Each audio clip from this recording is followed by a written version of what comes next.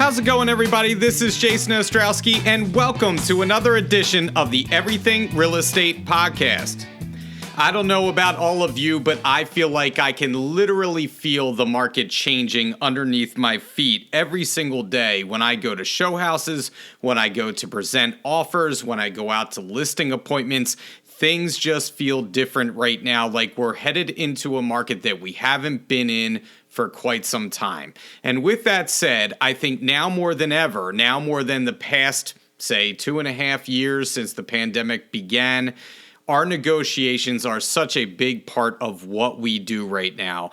And with that said, I wanted to bring on a guest who I truly respect and really have a lot of admiration for in terms of his negotiation prowess and what he can recommend to our agents and what we can do to help our negotiation strategy when we're presenting an offer, when we're going out on listing appointments. Whatever it may be, he is the man to talk to. He just thinks a little bit differently than the rest of us. His name is Mike Walker. Mike is a man of many talents. He's an entrepreneur. He's a speaker. He's a coach. He's a consultant. He's been on the real estate side of things. But most of all, I consider him to be a master negotiator. And today we're going to work on mastering your negotiation skills with Mike Walker. So let's get into it with Mike, and we're going to pick it up on the other side. All right, on the podcast today, I am so excited. I got to tell you, when I started this podcast, I just told him this, that when I started the podcast, I originally had him in my mind as my first guest, and it's taken a while to get him here, but we've done it today. His name is Mike Walker. Mike, man, I am so excited to have you here. How are you today? I'm doing great. Thank you so much, Jason. It's super exciting to be here. I mean, you and I have had a lot of interactions over the last 5-10 years, and I'm just excited to be on your podcast. So, yeah, the last time that we actually were physically kind of face-to-face talking to each other was probably like 6 or 7 years ago. Yeah. And I want to start out by telling the agents, you used to teach negotiation courses, and in my mind, they were the best continuing educational courses I've ever taken in my life. And what you taught in those courses stuck with me to this day. And we're going to touch upon some of them today. But the reason why I wanted to have you on, and I think it's important to have you on today, is that the market is changing. And negotiation is becoming more and more important in what we do every day, whether that is inspections coming back into play, whether that is price reductions and listing price negotiations when you're actually submitting an offer. All these things are more important today than they have been since the pandemic started because we are seeing that shift in the market. So I thought it was a great opportunity to have you on this week. And we're going to jump right into it because when you were teaching your negotiation classes way back when, I always felt like you just thought differently than everybody else. Like this dude, I'd be in your class, I'd be like, wow, this guy just thinks differently. And I feel like it was almost intimidating in a sense because I felt like you were actively reading everybody in the class and trying to figure them out mentally, how can I negotiate, how can I negotiate with this guy and get what I want out of it, right? So trying to figure out the cues of a potential negotiation style of, say, someone that's on the other end, potentially working with you, whether that's a listing agent, a buyer agent. You talked about the concepts of win-win, win-lose, lose-lose negotiation styles. Can we start with that? What are those and what do they mean? Yeah, sure. So, I mean, when we look at approaches in negotiation, and it's not necessarily specific to real estate or a specific business industry. It's specific to an approach. It's about mindset. It's about how you view people and situations. And what I want people to understand is it's not about right or wrong, right, or good or bad. Knowing your kind of style and approach is just important to be self-aware. And the more self-aware you are as a negotiator, the better. But if you look at a win-win element, right, it's when you encounter two people that both have the objective of considering the other party, right? Considering their opponent, considering their thoughts, their needs, their desires, their outcomes, what they might be struggling with, taking into consideration, just what it is in the negotiation that will help them get to a yes, right? Where when you look at a win-lose situation, which is oftentimes as people develop their negotiation skills, they begin to run into this one more often than not. But win-lose is then where one person has the mindset, let me ask questions. And the other person is very just defensive. I don't really care about you or your side. I have a goal. I have something I want to accomplish. And the entire focus is around that in their conversation and their mindset. Again, not right, wrong, good or bad. It's the way that they're facing the situation.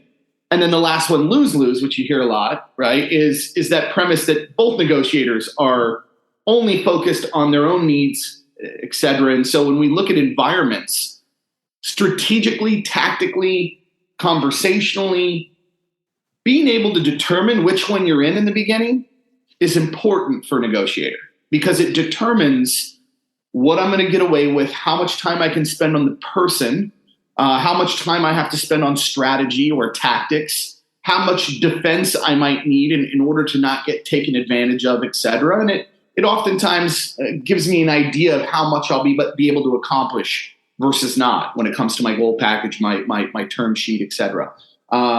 So I think that, the environments in general, when we look at those, it's important for people to understand that not asking or having any interest in your opponent is a lose situation. It's a very encumbering, limited way to negotiate. It doesn't mean you can't have results or have success. There's more out there. There's a bigger availability in the conversation. So let's talk about that further. Like if you and I were doing a real estate transaction together, what might you ask me in terms of questions to figure out where I stand? Right? Am I a win-win participant, or am I out for my own agenda? Like we talk about win-lose, because I think for agents, the frustrating thing is being with someone that you want to work collaboratively with, and they're just out to punish you, right? They're out to win, and that's all they care about. They just want to beat you into the ground. So how do you deal with somebody like that? What kind of questions would you ask?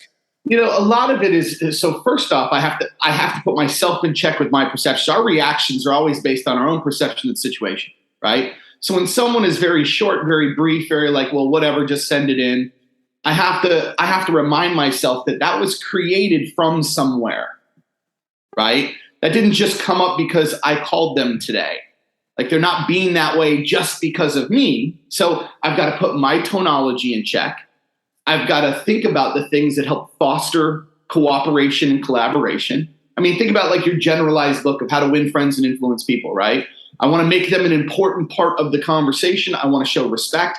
And too many agents fight that ego. They're like, well, I don't have to just give you X, right? You requested a pre-qual letter before you're going to approve my showing, right? So I don't have to just give that to you. It's none of your business. And it's like, now we're off to the wrong start versus understanding, okay, what is it that you'd like to see on there? Is there a worry because of certain financing? Did you guys have a deal that fell apart? Asking questions to understand maybe a ramification that might be causing a little bit of hairy attitude from me or from them. I just want to explore it. And I got to be really, really always careful with tone. You can use the best words. You can use the best approach. You can use the best script. But if your tone is off, nothing's going to matter. Right? Like I've got to be inviting. I've got to be welcoming. So I would say it's less about what question would I ask them and more about asking myself the question of what is causing this? What's the root cause of this? How did that individual arrive at having a short-tempered attitude towards other agents? Because once I can have compassion, I'm less affected then by their tone. I'm less affected by the shortness, and it allows me to stay engaged and continue to then explore ways that we can do business together. And it may not be on that first call, right? That's the other thing that agents have to understand is that this takes time sometimes. If I'm calling to set the showing or checking availability, if I'm calling them the day of the showing or they're at the showing, or if I'm calling to give feedback after the showing, I'm exploring other options, there are multiple touches in which I have the opportunity to then kind of, again, build that relationship, ask more questions about them, make them an important part of this. That's an amazing answer. And it's so true because I do feel like I want to give deference to the other agent if I can, just to build that goodwill, right? And like you said, like you have to check your ego in an industry that is full of ego all the time. We're all a bunch of divas, right? To a point. And we have to let that go because ultimately our goal is to get our client to the settlement table, and to do it in a fashion that they're happy with and represent them. But at the same time, you want to work in tandem with the other agent to achieve your goals, right? You're both trying to get paid on this transaction. You're both trying to make it to the settlement table and do it with the least amount of problems as possible. And that only happens if you're working together on a transaction. So like you said, trying to figure out where they're coming from is a huge part of what we should be doing. So in this day and age of, submitting contracts, I know it's changing a little bit out there, but one thing that kind of constantly comes back in my mind is your kind of take on writing an agreement of sale and making your offer potentially stand out from other offers. If there's 10 offers on a property, how are you going to be the winner, right? How are you going to make your offer stand out? And he used to talk about, well, find that common ground, right? With the potential seller or the potential buyer. What are some techniques that you employ or you can kind of give our agents out there to help write maybe the most creative or best offer that they can possibly write? Yeah, no worries. And I think there's a little latitude in regards to the answer here, because there's really two kind of separate answers I would give. One is based on the fact that I was able to explore, gather information from my listing agent about the seller, about their situation, et cetera, that may allow me to advance a little bit more dialogue or find similarities, commonalities between my buyer, et cetera. But in a lot of multiple offer situations, many agents experience the fact they get nothing from the listing agent. The listing agent's terrified to share any information. And so then you're really just stuck with strategy. You're stuck with competitive tactic, and you're stuck with oftentimes having to find ways that you hope, they're guesses, right? That I hope are going to find an advantage. So first I've got to look at my weaknesses. Always we look at weaknesses, okay? And as much as buyers are like, oh, I've got a great mortgage and I'm putting 20% down or 10% down or whatever it is, it doesn't mean we don't have weaknesses, right? So let's look at that. What are we not willing to do, right? Are we not willing to advance in a multiple offer situation? If we had to go above ask, if we had to come back for a second round, a third round, what if they isolated us down to 2-3 people? Where are our weaknesses? Let's look at those first, because we've got to protect those, okay? Then we want to look at how do we embellish on terms that may not be price. Like, let's be real. There's only so much a buyer's willing to pay, right? Mm-hmm. So there are other things contractually, though, that we can do, appraisal protection clauses, right? That basically say, hey, if the property doesn't appraise, we promise to pay, above the actual appraisal price up to X, right? Like, we can put a cap on that. Obviously waiving contingencies that would be normal contingencies. Looking at ways to increase our deposits, even making portions of our deposit non-refundable right off the bat, even if we have a contingency involved. And I think this is a good one for people to understand. Let's say I've got earnest money. That deposit could be 10%, it could be 5%, it could be $10,000, it could be a flat fee, whatever it is. Most of the time, if there's going to be any contingency, it doesn't matter what the number is. You could give me the entire purchase price in earnest money, but if there's a contingency that I'm able to walk away and keep that earnest money, it's fictitious. It means nothing. So making a portion, being like, hey, I want to keep my loan contingency, but we'll make 50% of our earnest deposit non-refundable from day one. Well, if I'm up against another loan that has a loan contingency, I've now promised that seller a 50% more powerful strength in my confidence of obtaining the loan than the other side. So it's just looking at the microwaves. Look at every term in your contract. And I want all agents to hear me on this. Look at every term in your contract. If you don't know what it means, if you don't know what it means to make that number smaller or larger or that date shorter or longer, you don't know how to use terms. You're stuck. You'll be very limited in your ability to embellish on a term sheet because you won't understand the value of decrease or increase that particular terminology. So I always look at, let's map out all the terms. Let's figure out which ones we can embellish. Why does this help the seller? Why would this hurt the seller? What are our weaknesses? And that's how I develop basically, in a multiple offer situation in a short 2 minutes. That's normally how I approach it. You know what? I just remember when you were teaching your class, I was like, I would hate to go against this guy. I'm so the best way to get to the end, and I'll just say this now, it's like, here's the curtain. Here's the wizard is a human, right? It's not, guys, it's just conversation. Mm-hmm. The more you talk, the more things come out, the better things are. And rarely, Jason, do I have to really go to strategy. Because if we can do this right here, if we can just talk, everything we need to know from both sides is there. Yeah, it boggles my mind when, and I've mentioned this before, that, I'll have a listing, I'll get, in the height of the market, you'll get, 10 offers. All of a sudden, the 11th one will come in at 1 a.m., never reached out to me, never had a conversation. I don't know who this agent is. And it just drives me insane. Like, you didn't pick up a phone and just call me, or even shoot me a text to just say, hey, I just submitted an offer.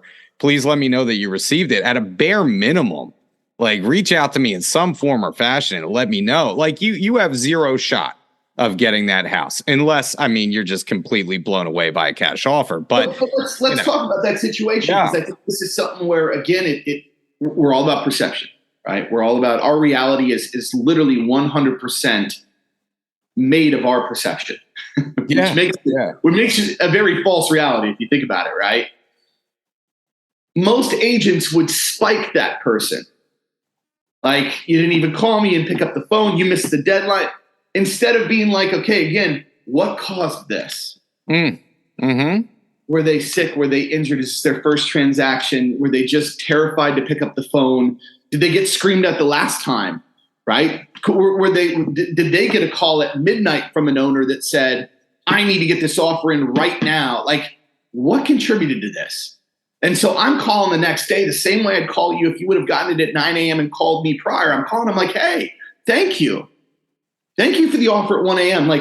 You and I didn't speak, so I want to follow up before I present everything to my owner at 8 a.m. this morning, right? Or before I present your offer in addition. Let's have a conversation. But neutrality is the most difficult thing for negotiators. When you look at top-rated negotiators, the difference isn't their strategies. It's not like their ability to ask cool, fun questions or put leverage or twist your arm. It's literally their ability to not judge. See, you set me straight right now, because this is exactly why I have you on, because I will tell you, I do judge that person. All right. At least I have, because I feel like they're not taking the time to, but you're right. It's trying to understand where they're coming from. And those reasons that you mentioned are all valid, and I never really thought about it that way. And maybe I need to, again, check my ego at the door and have that conversation the next day with them and see where they're coming from. Right. Yeah. So thank you for that. And that's something that I will do from now on. On the flip side of making an offer, I wanted to get into something you used to talk about, like the value proposition that you can give when you go on a listing appointment. A lot of agents do not talk about their ability to negotiate, right? And why that's important, and why, and commission wise, why that's important, right? To what they can add in terms of value if they are chosen to represent that seller. Can you talk about just talking about negotiation when you go out on a listing appointment and why that's important? Sure. So, and I think that to answer the question of sometimes why do people not talk about it, many agents can't articulate how they have an advantage of negotiation. They're like, oh, well, I negotiate for you. Well, how? Well, the offer comes in, I give it to you, we strategize, then we send it back. Well, how do you strategize? They can't, they've never been asked. And so it doesn't come up in a presentation because they can't break down a process. They can't say, here's what I ask, here's the data I gather, here's what we do, here's how I assess that, here's how we look at the opponent, and blah, blah, blah, blah. They don't have the training to be able to break that out. So the first reason we don't talk about it is we don't know how to talk about it. Number two, though, the importance of it is that most consumers don't value negotiation tactics from their agent because they don't believe we possess it, because we've never talked about it.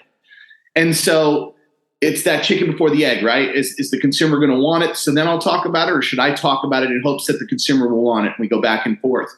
But when it comes to listing appointments specifically, you're dealing with prejudgments around brand, prejudgments about how many listing signs does a company or an agent have, the saturation of that market from a company, their successes, et cetera.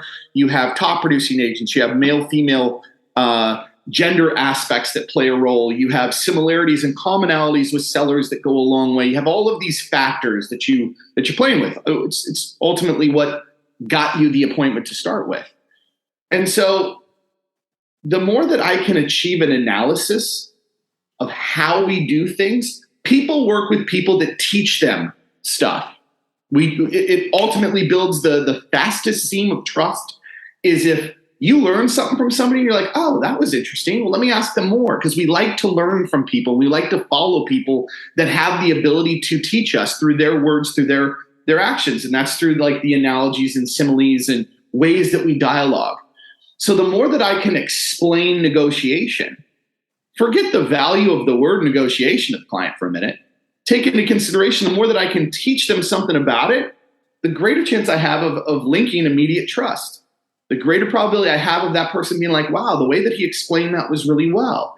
Wow, the way that he articulated how houses are sold was done really well. So it's more a part of just the mechanical elements of being able to break down what we do. And the more we can break it down, obviously, the more we can help achieve value for our services, our commission. It allows me to defend 6% better. What I hate, my biggest pet peeve, Jason, in this topic, is the agent who only brings up negotiation when it comes time for money or compensation.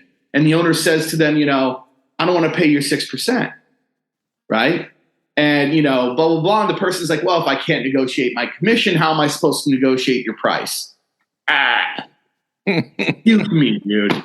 Like, come on. Worst line in real estate. Worst. Because number one, that consumer doesn't expect you to actually negotiate for them. In fact, studies show that the average consumer is not expecting negotiation, nor do they trust you to negotiate the price of your home, etc. Like, your access to them. And so when we look at it, it's really just achieving validity and value through being able to articulate the process. So I want to touch more upon the commission aspect, because what you just say there, and that line that you give is like that. We just as an agent, like I kind of roll my eyes, like same as you, because like that line's been around forever. You see so many agents using that line. And when it comes to commission, to your point, like if I bring closing costs with me, if I do my job correctly, and I explain what I can do from a value standpoint, the commission never comes up, right? Right. And there are going to be some times where people are just going to be focused strictly on commission. And I want to talk about that and how we defend that, or what techniques we can give to give ourselves the best chances. But I feel like it's setting that expectation, right? Oh, I'm getting XYZ. I'm getting all of this with you. It's of great value to pay, whatever the commission is, 6%, 5%, 5.5%, whatever it's going to be.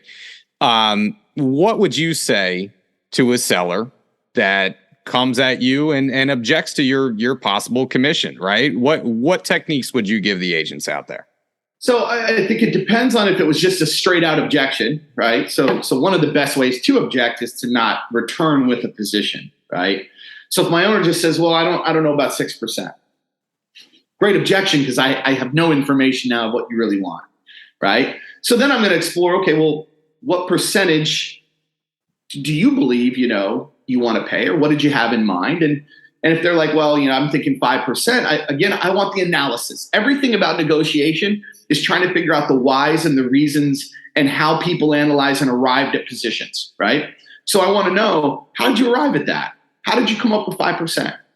And again, I'm not going to say it in an aggressive way, a defensive way. I've got to watch my facial expressions, because those tell stories, right? Especially if I'm face to face with somebody. And it's just, help me understand how you arrived at 5%. Like, let's just start there. Because oftentimes, and then I'm just quiet and I'm inquisitive, I get to see how stressed are they about that percentage. Was it based on past? Was it based on what somebody else offered? Was it, because then I can start my rebuttal. I can start based on how they arrived there, versus an agent who just assumes that they know why and begins to give a rebuttal that actually doesn't land. because they never ask questions to identify the real reason. So they're just guessing. And that's the majority of agents when they defend, is they're just guessing of the reason the person wants 5%, 4%. Oh, well, it's about the money. They just want to net more. Said who? And even if that's true, affirm it. Have them affirm that so that you know you're both on the same page of why you're dealing with that issue, so that we can come up with a solution that fits that reason. Okay? So the very first thing is inquisitive. The next thing, though, is ask yourself the question, and this is for any negotiation in life, any term, forget just commission, anything, is ask yourself this question: what would it take to say yes to that request? What would it take to say yes? Everybody immediately starts to strategize. How can I get you to change your mind? Well, what would it take? What would I want in exchange, right, to say yes to this? Is there a longer contract? Is it a better list price? Is it like, think about all the reasons. Let's just put out an example. Let's say a seller says to you, I don't want to pay any more than 4%. Well, I got agents that are walking out of the room right now. Like, okay, well, but what came with 4%? What else are we dealing with? Are we dealing with a 10% below the market list? We're like, I don't even have to take photos. I can put your address up and I'm getting multiple offers tomorrow. Am I dealing with a location where, again, I'm really trying to build a brand and a value within that neighborhood, and I'm going to send out a ton of just listed or just sold, when this thing's done? Am I going to get an open house that's just going to come flocked with unrepresented buyers? Like, what are all the facets here? What do I need to say yes? Will they agree to 4 open houses right off the bat for me to pick up additional buyers? Will they agree to a different price? Will they agree to a longer or a shorter list period? Will they agree to reimburse my marketing costs? What are all the things at play? So the best question you can ask is, again, to yourself as the negotiator: what would it take to say yes, instead of just defending one statement? That's an awesome answer. And I love that. I mean, everything that you touched upon could be reasons why you would say yes to a reduced commission, or every situation is different, Right. And I love the fact you just, it almost reminds me of like Ninja, right? Ninja's all about like just, Larry Kendall. I know Larry Kendall. Like, I love Larry. Just keep asking questions, like trying to find the pleasure and pain with people's perspectives, and you're doing that, and that's a fantastic answer. So, even though we're locally here, still in a seller's market, right? It's slowed down a little bit, but we're still considered to be in a seller's market. I'm sure you're still in a seller's market up there. It's always a seller's market, probably in New York. No, it's not always, but we just, we have such low supply that, and it's not everywhere in the city. I'll be honest, but we do have generally a low supply, which is still keeping the sellers in a pretty decent position. Our rental market is bonkers. Yeah. We were talking about that. Nothing I've ever seen before we came on. I mean, that's insane. So we're seeing the pendulum shift a little bit back in the buyer's direction. They have a little bit more power now to be able to negotiate things like list prices or inspection results. In your negotiation classes, I always loved your negotiation techniques, whether it was a tactic like anchoring or something like the red herring technique or strategy. Can you talk about some of the specific negotiation techniques you used to use way back when in real estate negotiations that you can impart on our audience and give them just a few examples of what they can do in terms of negotiations? Sure. So look at it as there's at the Real Estate Negotiation Institute, which I want to give just a short plug, because they're a great institute. They've got great classes. They've got amazing instructors. Like, it's a very well thought through curriculum. They talked about the variety of 2 different kinds of tactics when we talk strategy, right? There's competitive tactics, things that are designed to get a result, that are very result based. They don't require participation. They don't require you and I liking each other. They are oftentimes deemed as bartering tactics, right? Like, you see them a lot in bartering. Then there are collaborative tactics, which are much more relationship based, right? And so I would say that there's a few things that I would always embark on agents that I always felt like just helped regardless of my situation. I'm going to start with the collaborative, and that was always sharing of power, right? Power is a big play.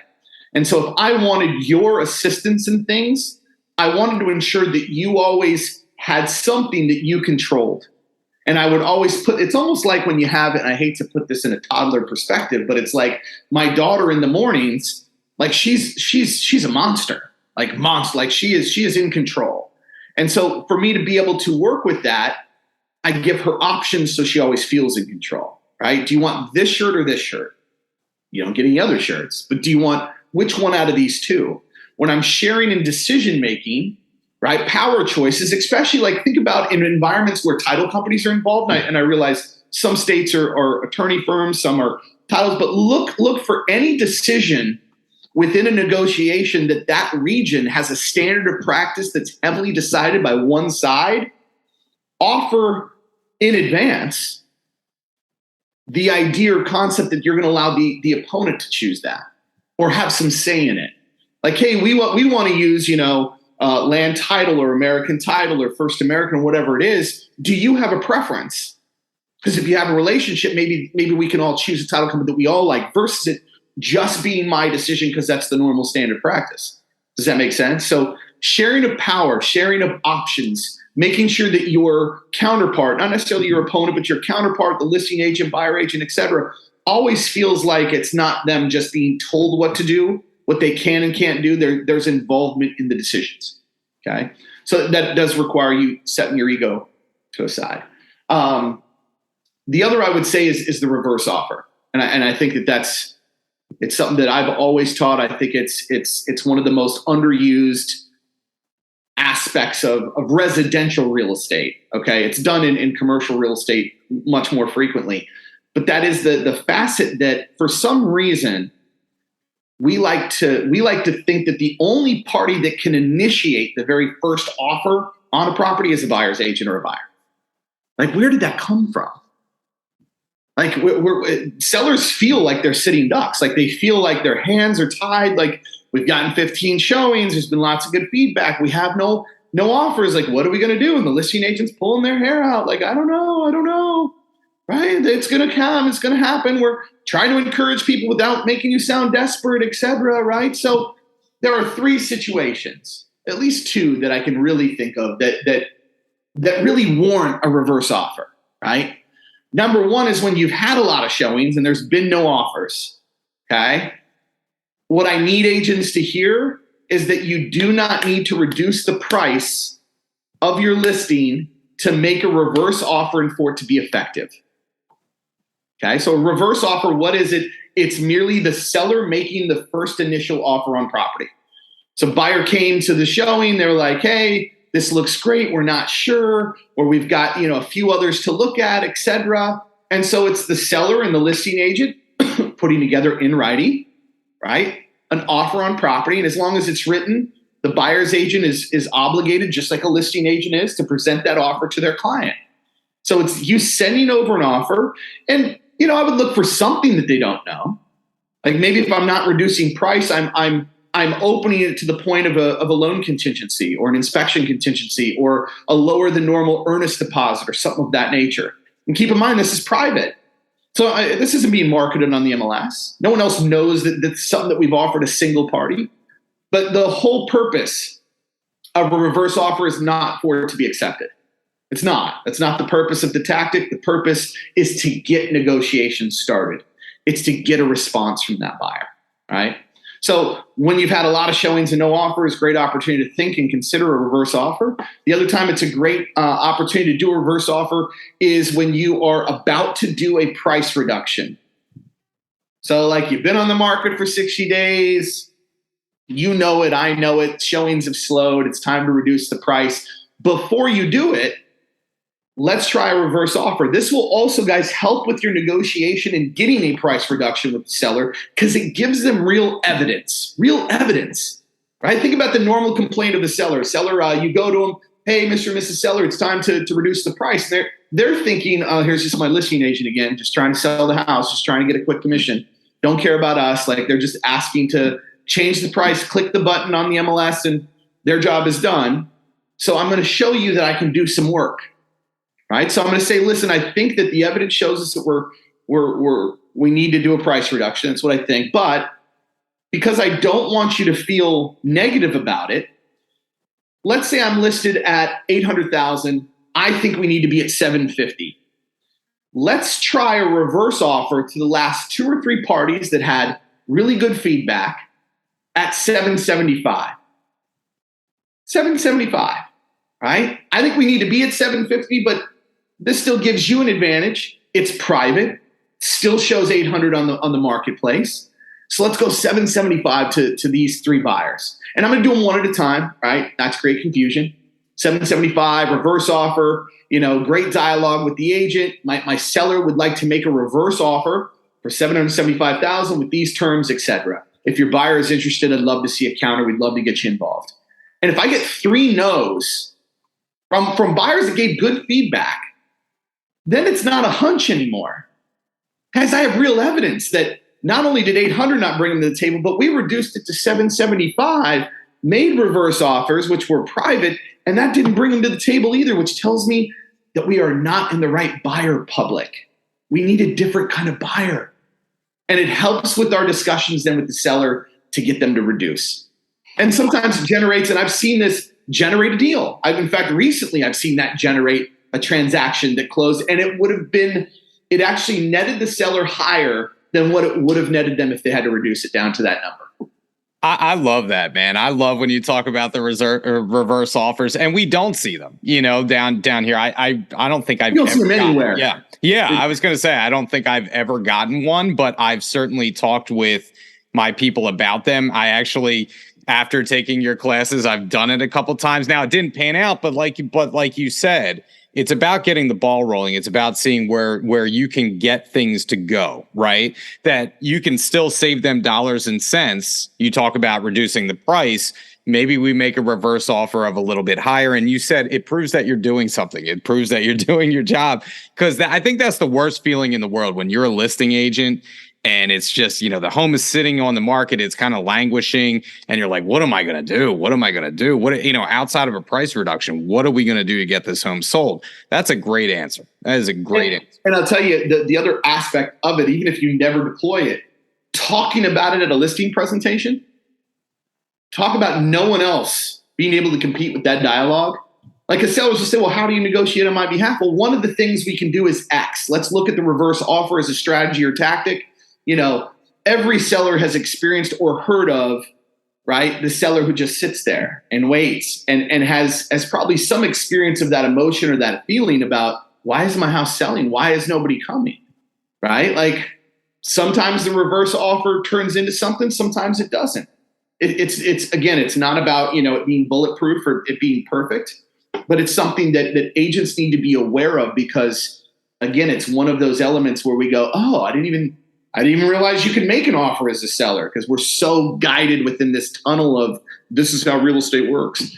So one of the tactics I can embark with you guys today. Yeah, man, that's amazing. Thank you. And so I want to switch gears a little bit because one anecdote that you used to tell always stuck out to me is that, and I was like, this guy's got such incredible guts on him to do this. But you used to tell a story about how you would go into a grocery store and you would go in the back of that grocery store and start haggling over, negotiating like the price of produce, right? Like the price of avocados, can you talk a little bit about why you did that? Like, why did you choose to do that? And did they think that there was like an insane person like hanging out in the back of the grocery store?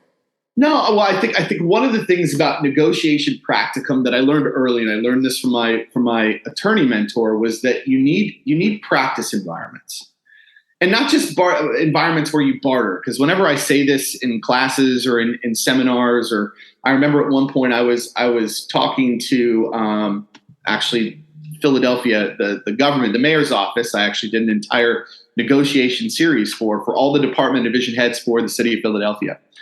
And I remember talking about a practice environment. Someone's like, oh, yeah, I go to yard sales all the time and barter. That's my practice environment.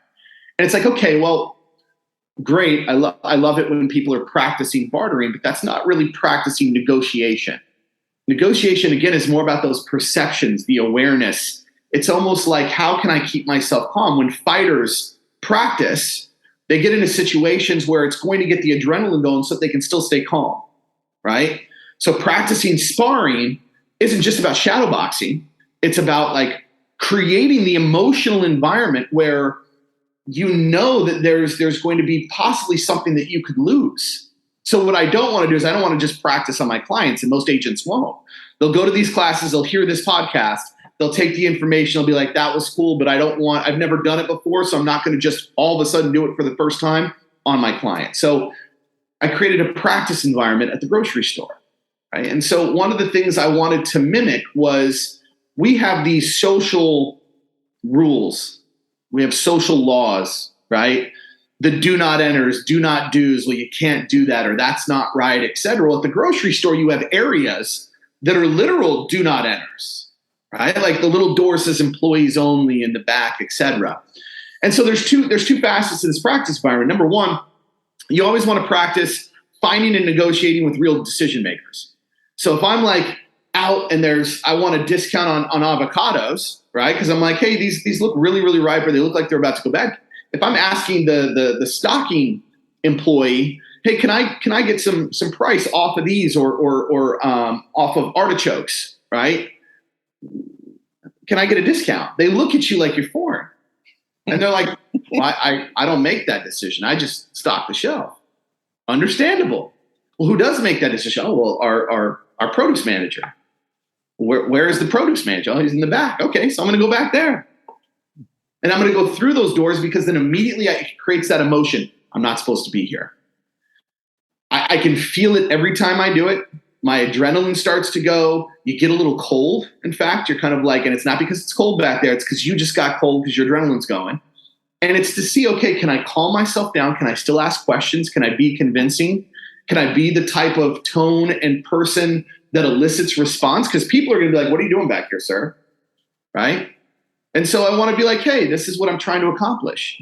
So I create practice environments that can create the emotion, because that is the only danger within negotiation. It's not the strategy. It's not the words. You can do anything that you want. It's the delivery. It's, can I keep my cool? Can I keep my calm? Can I keep my posture? Can I keep my attitude, right? Like think about even just driving. You're driving along, somebody cuts you off, and now you went from like 0 to red. How long does it take for you to come back down to normal? What are your triggers as a person? The more you're aware, the better negotiator you are. So that's why I created the practice environment at the grocery store. And now I'm really afraid that we're going to have 100 agents being arrested in the back of grocery stores. If you have to leave. This is about no. And for agents doing this, do not blame the podcast that got you detained at your local Giant or Wegmans. Disclosure. All right, so I want to know, because you and I are relatively around the same age, right?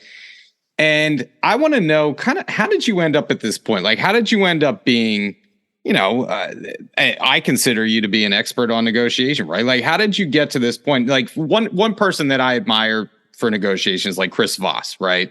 The FBI hostage negotiator. He actually teaches classes. He's on Masterclass. He has stuff out there. Like, who did you get your wisdom from? Number one, who did you follow, and are you following someone like a Chris Voss now? Is there books that you read on negotiation? Like, where did you attain this information, and where would you kind of guide people if they wanted to learn more about negotiation? Like, where should they go?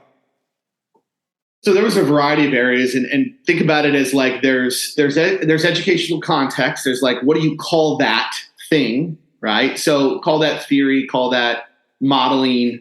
I learned that from various institutes, right? So I learned that from articles and lessons and classes from Wharton, Northwestern. Harvard has a great negotiation program that is free. They also have paid programs there that you can take. There's a lot of institutional research that one can do. I then learned I had a legal mentor who was also litigation for some time and loved his posturing, loved the dynamics and the display and the showmanship of negotiation, which gave me an edge, right? So I followed him for years and like a puppy. He's actually who originally got me involved in negotiation as the teaching concept. I learned it from the founder of the Real Estate Negotiation Institute. His stories from being involved in Procter and Gamble and being an international negotiator of large, multi-million dollar contracts and things of that nature. I learned it obviously from the streets of just selling, buying real estate and losing, right? Like losing a lot, being bankrupt, going through foreclosures, like watching really negative situations. I've been really fortunate to have experienced extreme hardships where I feel like a lot of people don't have that experience, and so it's tempered. But I would say that there's also an entire line of personal development and personal growth, and whether you call them the Landmark series or the Momentums in New York or the size seminars on the West Coast or whatever it is, like if you're not aware, it won't matter what you get taught. It literally won't. Like you and I could sit here and give every attribute of negotiation that's successful for people, but if you're not aware of who you are and what you do and when you do it, and what causes your trigger and how can you come down, it won't matter because you won't have influence over other people. You'll either bulldoze or you will completely be the opposite. You'll be one way or the other. Being in the middle requires awareness, and it requires emotional intelligence, and it requires all those new ooey gooey woo wow type concepts that people, kind of snickered at for decades. But I dove into that. I've been involved in those worlds and doing work on me for 15 years. So I don't know that there's one source or one person. I don't follow anybody right now. I think there's great books. If you've never picked up a negotiation book, Getting to Yes by Roger Fisher, always a go-to. I love anything by Richard Schell, who's a professor at Wharton. He's got a lot of strategy, bargaining for advantage type things that are out there. The Art of Woo, in fact, is a great book by him. But I would just say, search for the aspect of educational value and personal awareness, because those are two different concepts, and both of those add to your ability to be a great negotiator. Love it, Mike. I love it. All right. So one last question I got for you before we get out of here. What do you think is the number one thing agents should employ to negotiate successfully? And I think I know what you're going to say, but I want to hear what you have to say about it. Some form of planning. Like your pregame, right? So whether you call it setting pre-expectations with the client, gosh, how far does that go? Like it's when you sit down with a buyer and you're like, hey, here are some things that you're going to experience over the next 30, 60, 90 days. You really set the framework of what can happen at showings, anything that can cause emotional distress.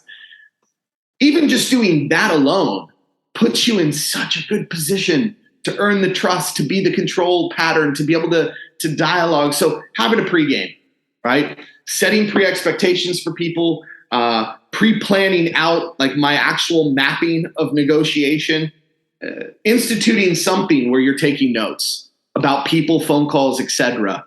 Any of that will up your game substantially over your opponents. Substantially. That's awesome, man. I was excited to have you on. I feel like we ran a little bit long, but that's because you have such great information, man. And I want to give you a plug before we get out of here. So where can people find you online? If they want to connect with you, interact with you, where can they find you? Yeah, so I've got an Instagram handle. It's at the Coach Mike on Instagram. That's where I put up a lot of content. I'm going to be putting together more negotiation series as we get towards the end of the year.